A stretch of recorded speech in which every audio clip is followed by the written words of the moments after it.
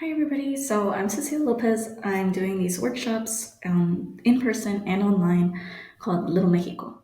Specifically, the workshops titled Little Mexico is to spark curiosity so that people of the Mexican origin or Latin American origin can be curious and want to know more about their roots.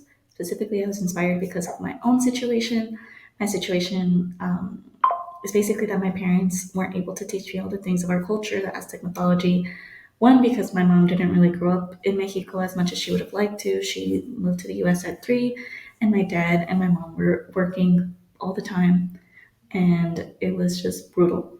So, anyways, uh, we already did Papel Picado, which is on my channel, and I did it in person. It looks like we might do another one in person in Dallas, but I'm not specifically sure where, but I'll keep you guys updated. In the meantime, I have the story time of Huitzilopochtli. Specifically, Huitzilopochtli and the Little Mexico workshops go together because of the fact that it's the title again is meant to spark curiosity, but not only that, it's supposed to we're only teaching, or I'm only teaching because I'm the one who owns the workshops and everything. Uh, I'm the one teaching about anything that our culture has that comes from our indigenous roots because I want people to go back and re-indigenize, decolonize, and all that stuff. And again, that's why the title is what it is, and that's why specifically I'm doing Huitzilopochtli. Because specifically Huitzilopochtli is about Aztec mythology, which I believe no one knows, and it's really, really upsetting because we all know about Greek mythology living in the United States. We all know about all of these white Eurocentric stories and mythology and very limited aspect, because of white supremacy lens being taught to us through K through 12 and like in movies. Like right now, Percy Jackson is out, so that's why. But again, let's go back to our story of Huitzilopochtli story time. Specifically, Huitzilopochtli was a god. There are many versions to his story as to how he came to be here in Aztlan. Aztlan is an area that is from California to Texas, specifically like that region. And there's like a whole myth of the seven caves and everything.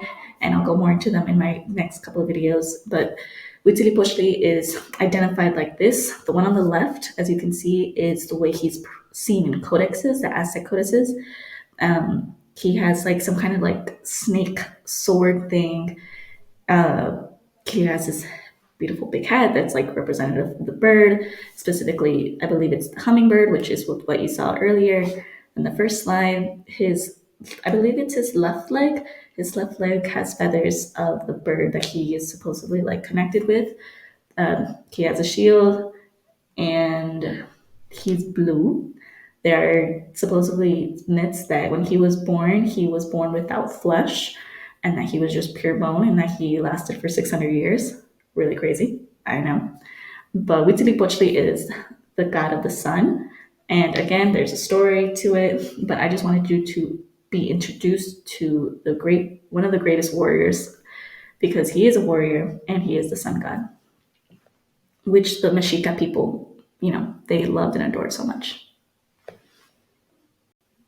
So remember earlier how I said Huitzilopochtli was originally the indigenous people were living in Aztlan in the California through Texas region. Well, Huitzilopochtli, the sun god, had led the Aztec people to Tenochtitlan, which is now Mexico City, downtown in El Zócalo.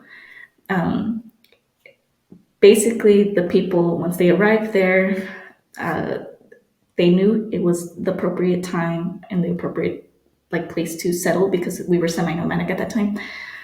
Because we had seen a cactus, una águila y una serpiente, like a serpent, like a snake.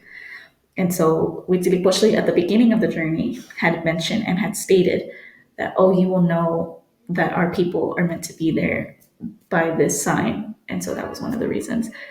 But half of the city of Templo Mayor, which is there today, which you can definitely go visit, was dedicated to him. It is said that fallen warriors and women who died at childbirth were thought to become part of his retinue. After accompanying Huitzilopochtli for a period of 4 years, the fallen warriors would be born again as hummingbirds. The hummingbirds were thought to be reincarnated warriors. The implied meaning of the name adjusted to reincarnated warriors of God from the south. He led the Mexica people to Tenochtitlan. As I said earlier, this is Tenochtitlan. The one on the left is a painting as to how we were when we were the Aztec water gardens. And to the right is modern day Zocalo. And the way it looks like that is because of the Spanish conquistadores coming in and destroying our way of life, destroying who we are. And, we still do ceremonia there of los concheros, los aguilars, or aguilas, the flying dancers, because there's different versions of danzantes, which is the indigenous dancers of the region. And there's different types of indigenous people who live there still. Right now, currently, it is the Otomis. And I know there's more, but I know specifically the Otomis. There, Hidalgo and Querétaro all have Otomi indigenous community there. But let's go into the story of Huitzilopochtli in the next couple slides. But first, I have to show you guys the map because I want you guys to understand the origin of the story. Huitzilopochtli, again, he was the sun god. Two different versions of the way he was born and came to Earth, which I'm going to mention in the next couple of slides. But he was born in Aztlan. Aztlan is this region, as you can see there on my map that I've chosen on the left. People say that it's a lost city, but I don't believe it's lost. I believe it's very destroyed, eroded, and I always say it happened a very, very long time ago. And so our indigenous ancestors arrived first to Aztlan from the ice bridge and everything. And Huitzilopochtli had told people and the people, the Mexica people, that we have to go south. And so we had to go south for a new prosperous land. And you can see on the right how the different indigenous communities all divided because they realized that that area wasn't the best for their needs. And again, we were semi-nomadic. And if you ask every tribe, every tribu, they have the same story of how Huitzilopochtli and how we all came together and decided to disperse. And so the Comanche, the Hopi, Piate, Ute, Shoshone, Sierra Kupan, Sua, Piman, Tarahumara, Yaqui, Mayo, Nawan, and so many more had decided to migrate and disperse. And we all know Comanches exist here in the United States, specifically in Texas, because that's where I'm from. And so that's something that's very, very important to notice. So there were many tribes in the original region of Aztlan. I know we're seeing some here in the map, but there were actually 7 Mexica tribes who lasted there longer before everybody else moved out. So the Aztec people's predecessors were the last of the 7 tribes in Aztlan. They had all arrived to Tenochtitlan, specifically how the Mexicas arrived to Lake Texcoco. So they were instructed by the gods, Huitzilopochtli, to embark on a journey to the Promised Land. That journey led them to settle in Tenochtitlan, which is now Mexico City, which was established in 1325. In 1325, they came to a lake where an eagle was eating a snake while perched atop a cactus, un nopal. This was a sign that had been prophesied by Huitzilopochtli and identified Tenochtitlan as a place that would become the seat of the Aztec Empire. So it was said before, so Huitzilopochtli was all the way in Aztlan directing the people to go to Tenochtitlan. There were 7 tribes, and I'm going to talk about that in the next workshop video for people who only see me online, that Xochimilco is, in Lake Texcoco, and there was different tribes that arrived there. This is what I'm talking about. These are the 7 tribes that arrived. So this is the Aztec codices, which predates pre-Hispanic colonization, conquistadores, conquistado. And as you can see on the very right, on the very, very far right, there's a man with a little baby-looking thing, and the baby has some kind of bird helmet. That's Huitzilopochtli. There's actually documentaries about him, and there's actually people who still have his bone remains. I would definitely look into it. I don't know the whole documentary, but again, Google is a beautiful free online resource. And so these are the 4 that were like leaders and everything, but this is like their plan. This is what was in the Aztec codices of Huitzilopochtli directing people to go to Tenochtitlan, Mexico City area. Okay, so now we're going to go into the story of how Huitzilopochtli, it's with an O, Huitzilopochtli's mother birthed Huitzilopochtli. So Huitzilopochtli was actually, a sun god and a war god. Supposedly, he was born, again, this is one of the versions from Coatlicue. Coatlicue means mother, specifically that she had was like cleaning and she found a ball of feathers and she just wrapped it up and put it under like her clothing garment, like by her chest, as she was finishing cleaning. Supposedly, that ball of feathers had impregnated her, and since it had impregnated her, she was fallen, from the sky with a new baby, which is Huitzilopochtli. Her other 400 kids were very, very jealous and were very, very betrayed. They thought that their mother had betrayed, their father, their loyalty to the family. So all those 400 kids decided to go and attack Huitzilopochtli.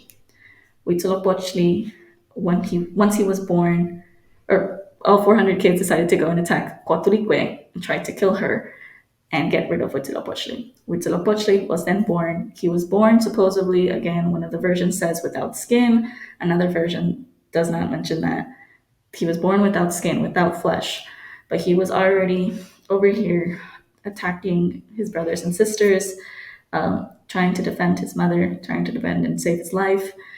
And since he was then named the god of war, warriors, hence what we mentioned earlier. And since that was a very phenomenon, there's many stories as to how one of his sisters became the moon, and just a bunch of stuff. Very, very amazing mythology. Again, I would look into it, the different versions, and ask people of your indigenous communities about it and everything if they know the story, because sometimes we don't know the story. I didn't know the story, but I asked my indigenous community members as I'm trying to reconnect and decolonize, and I read stuff online too. So again, really amazing story. So that's one version. As you can see, Coatlicue, there are supposed theories about how this version is false because they believe and it resembles too much on the version of the Spaniards and Guadalupe, especially because virginity was not practiced or promised or cared about back in those times. They believe that the story is false. But at the same time, we don't know.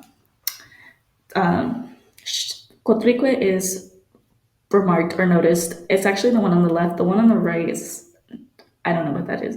But the one on the left is a bunch of serpents as like her serpent skirt. She has supposedly like a serpent looking head thing.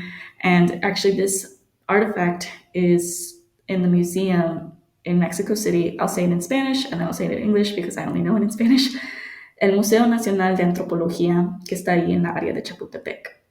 The National Museum of Anthropology in Mexico City, specifically the area of Chapultepec. So actually the indigenous communities, when it's el Día de Coatlicue, specifically La Virgen de Guadalupe, they actually go over there and do ceremonia, danza, and perform to her.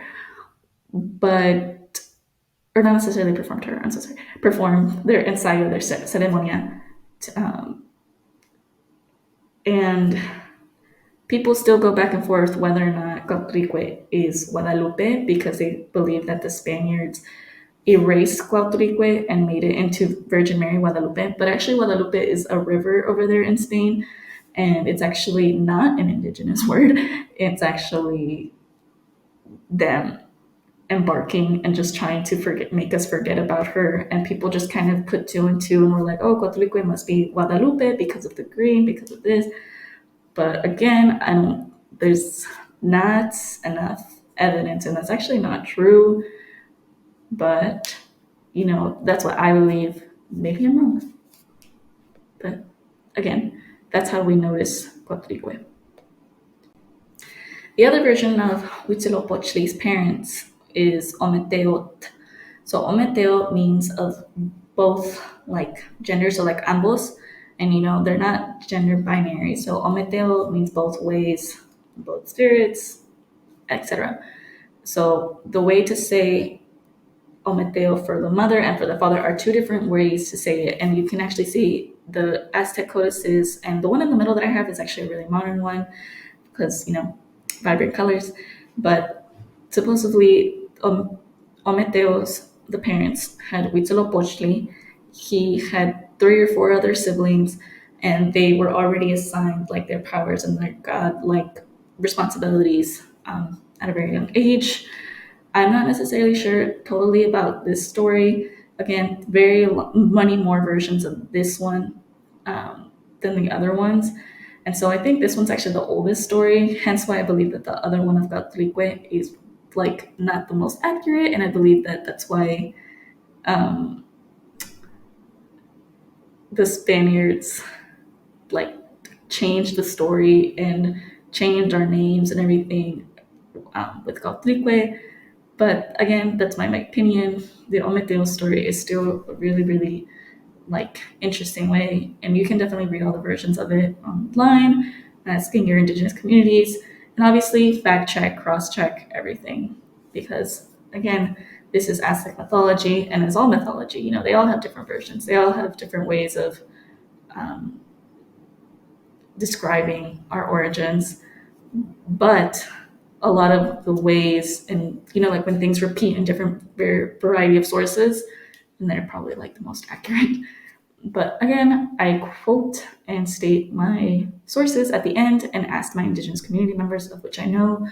Um, so I hope you guys enjoyed the video. There will be more videos throughout the year, and hopefully you guys love them. I'm really, really excited, and thank you so much for following me. If you have any requests, please let me know down below. I'm really, really excited to continue to teach you guys about everything I learned and everything I grew up with, and yeah, so bye. Also, this is my source, so y'all don't forget it. Because Mythopedia, I used that one and then I cross referenced it with a bunch of other sources. And I asked my community members. So, yeah, I hope you guys like it. Bye.